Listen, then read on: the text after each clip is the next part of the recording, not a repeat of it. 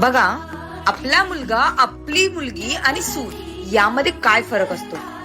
समजा मुलाला जर का राग आला ना तर त्याच्या आई वडील लगेच बोलतात, अहो त्याचा लहानपणापासून स्वभावच रागीट आहे हो, जाऊ द्या ना, घ्या ना समजून.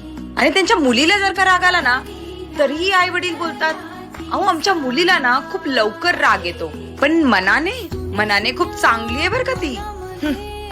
या उलट सून एखाद्या गोष्टीवर रागवली किंवा चिडली तर सासरकडची लोक लगेच बोलून मोकळी होतात. हिला तर काय ना अक्कलच नाहीये, एक नंबरची बेशिस्त बाई आहे ही. हिच्या घरच्यांनी ना हिच्यावर काही संस्कारच नाही केले. अहो हिचं खानदानच सगळं असं असेल, अख्खं खानदान काढून मोकळे होतात.